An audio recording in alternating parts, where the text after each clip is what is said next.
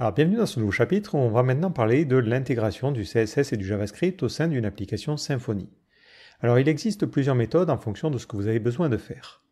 Donc d'abord, la première méthode qui est tout simplement la plus simple, c'est que vous avez un dossier public et vous pouvez tout à fait choisir de mettre du JS, du CSS à l'intérieur et de le charger classiquement. Ensuite, il y a une autre méthode qui est l'utilisation de ce dossier assets. Et cette utilisation est préinstallée dans l'installation que l'on a faite de Symfony, lorsqu'on a fait un composer require web app. C'est ce qu'ils appellent, eux, l'asset mapper. Donc vous pouvez retrouver des informations sur la documentation. Et globalement, c'est quelque chose qui va venir copier ces fichiers-là lorsque vous allez ensuite lui demander de construire. Et automatiquement, il va charger ces fichiers grâce à ce qu'il a mis dans le base.html.twig à ce niveau-là. Vous avez une dernière solution qui est l'utilisation de Webpack encore, qui est l'utilisation d'un bundler. Donc là, c'est un petit peu plus avancé, ça concerne un petit peu plus le front-end, donc on ne va pas forcément s'intéresser à cette partie-là. Nous, on va juste s'intéresser à l'installation qui est faite par défaut, l'asset mapper. Et vous pouvez ensuite, si vous voulez aller encore plus loin, faire votre propre configuration. À mon sens, tout ce qui est front-end est un petit peu hors du cadre de cette formation, donc c'est pour ça qu'on va se contenter ici de passer un petit peu en surface sur les éléments. Alors, que fait l'asset mapper? Si je regarde au niveau de ma page web et que je regarde dans la partie code source, on va avoir différentes choses. Ces différentes choses sont chargées grâce à cette partie balise que l'on a dans la partie JavaScript. Donc d'abord, il charge le CSS et on voit qu'il rajoute une sorte de suffixe dynamique. Ce suffixe, il permet une bonne mise en cache. Si on change le fichier CSS qui est associé, il changera ce chiffre. Ensuite, on a une partie import map. Cette partie, c'est quelque chose qui permet d'expliquer au navigateur que lorsque je fais un import de app, c'est ce fichier que tu vas devoir charger. Et ainsi de suite pour les autres chemins. Donc il crée des alias pour les différents imports que l'on peut faire. On a en dessous une petite partie qui va permettre de précharger les différents modules. Donc il sait à l'avance que je vais avoir besoin de ces modules-là, donc il demande au navigateur de les précharger. Ce qui fait que le navigateur n'a pas besoin de parser le premier fichier pour détecter les dépendances. Il peut directement charger tous ces fichiers JavaScript en parallèle. Alors à une époque, c'était un petit peu embêtant de charger plein de petits fichiers, mais maintenant avec l'HTTP2, c'est pas forcément plus lent que de charger un seul gros fichier. L'avantage, c'est que le navigateur a la possibilité de mettre en cache certains morceaux. Donc si jamais vous mettez à jour votre JavaScript ici, mais pas les autres dépendances, il n'aura pas besoin de tout retélécharger. C'est ça qui peut être intéressant avec cette approche-là. Et à la fin, il charge notre app, qui va automatiquement, grâce au système d'alias, venir charger ce fichier-là.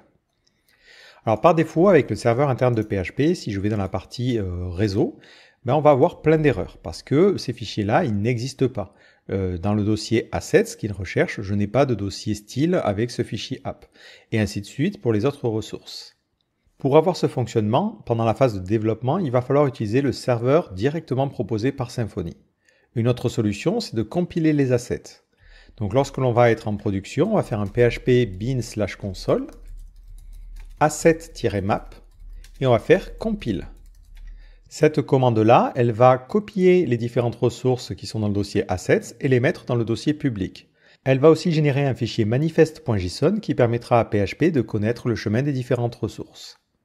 Si je regarde maintenant mon dossier public, je vois bien que j'ai un dossier assets. Donc on retrouve par exemple le fichier app.js avec ce suffixe-là. Et on a le fichier manifest qui contient l'URL des différentes ressources. Ce qui fait que dans mon base.html.twig, lorsque je lui dis « Est-ce que tu peux générer le import map pour app ?», il sait comment résoudre les différentes choses. C'est fait entièrement automatiquement, on n'a pas forcément besoin de comprendre. Si maintenant je réactualise la page, on voit que j'ai déjà du CSS et j'ai aussi des informations qui s'affichent en console. Maintenant, il est capable de charger les ressources parce que je les ai mises dans le dossier assets grâce à la compilation. Cependant, c'est un petit peu embêtant de devoir faire ça à chaque fois qu'on modifie un peu de JavaScript. Donc si on veut travailler en développement, on va supprimer ce dossier assets que l'on a créé. Et plutôt que d'utiliser le serveur interne de PHP pour délivrer nos ressources, on va utiliser la commande Symfony. Donc on va se rendre sur la documentation, on va aller sur la partie Getting Started, celle du tout début, et on va installer la commande Symfony. Alors vous pouvez l'installer globalement sur votre système. Vous avez des guides en fonction de votre système d'exploitation et des différentes choses. Moi, je l'ai déjà installé parce que j'utilise Symfony de manière traditionnelle. Donc si je me rends au niveau de mon terminal et que je fais Symfony-help, ça me donne toutes les commandes possibles. Il y a beaucoup de méthodes, il y en a pas mal qui sont liées à l'utilisation du cloud, c'est pour déployer Symfony sur leur système, mais vous avez aussi une commande serve qui va vous permettre de créer un petit serveur. Donc je vais couper le serveur interne de PHP que j'ai actuellement lancé et je vais faire maintenant la commande Symfony serve. Automatiquement, il va lancer un petit serveur web sur le port 8000 et ce serveur va aussi être optimisé pour l'environnement local. Et on vous dit clairement, attention, n'utilisez pas ça en production, c'est vraiment pour la phase de développement. Si je reviens sur localhost 2.8000, même si je n'ai plus le dossier assets dans le dossier public, on voit qu'il n'est pas là, il va être capable de délivrer les assets automatiquement. C'est un des intérêts à utiliser ce serveur Symfony. Si maintenant je fais des petites modifications, par exemple je décide de mettre un console.log et je mets hello, et que je réactualise la page, on verra bien notre hello dans la console. Alors par défaut, regardons ce qu'il y a. On voit en haut qu'il importe Bootstrap.js. Ça n'a rien à voir avec le framework, c'est juste un fichier qui permet d'expliquer comment démarrer l'application. Il utilise Stimulus, c'est quelque chose qui est utilisé pour certaines fonctionnalités. C'est une librairie front-end, donc on ne va pas forcément rentrer plus en détail dessus. D'ailleurs, dans notre cas, on pourrait commenter cette ligne-là, ça n'aurait aucun impact. Ensuite, un peu plus bas, on voit qu'il importe un CSS. Alors on peut se dire c'est bizarre parce que normalement en JavaScript, on peut importer d'autres fichiers JavaScript, mais normalement on ne peut pas importer du CSS. En fait, le système d'asset mapper, lorsqu'on va compiler les choses, il va parser ce fichier-là, voir qu'on importe un fichier CSS et nous générer une balise link. Si je regarde le code source de la page, notre app.css se retrouve directement mis ici. Et c'est là qu'on a le petit fond bleu. Et si je regarde mon fichier app.js, il a laissé l'import que l'on a là, mais cet import dans le import map, il est câblé à rien. Donc c'est comme si on n'avait pas d'import basiquement. Et là, ça permet à mon système de fonctionner. Donc si j'avais besoin de travailler sur du CSS, je pourrais directement modifier ce fichier-là, et si je le souhaite, je pourrais même morceler en plusieurs autres fichiers. Si je voulais mettre une image de fond au niveau de ma page, je pourrais créer dans le dossier Assets un nouveau dossier que j'appellerai Image.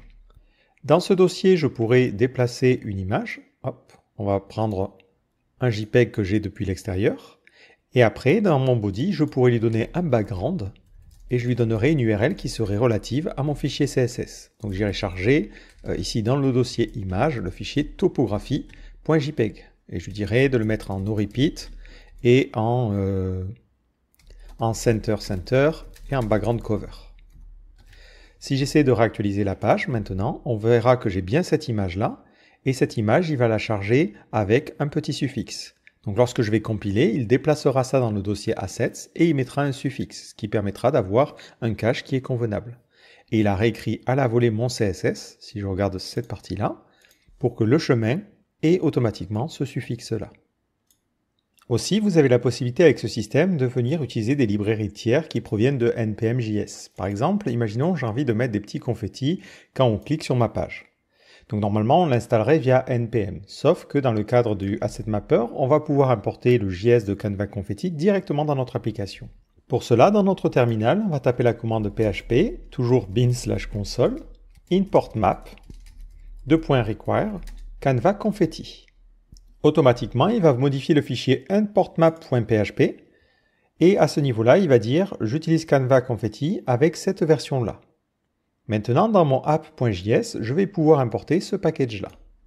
Donc on va faire un import, on va l'appeler Canva Confetti from canvas-confetti. Et ensuite, je vais pouvoir lui dire, lorsque tu cliques sur le body, j'ai envie que tu lances une fonction qui va faire un petit peu de confetti.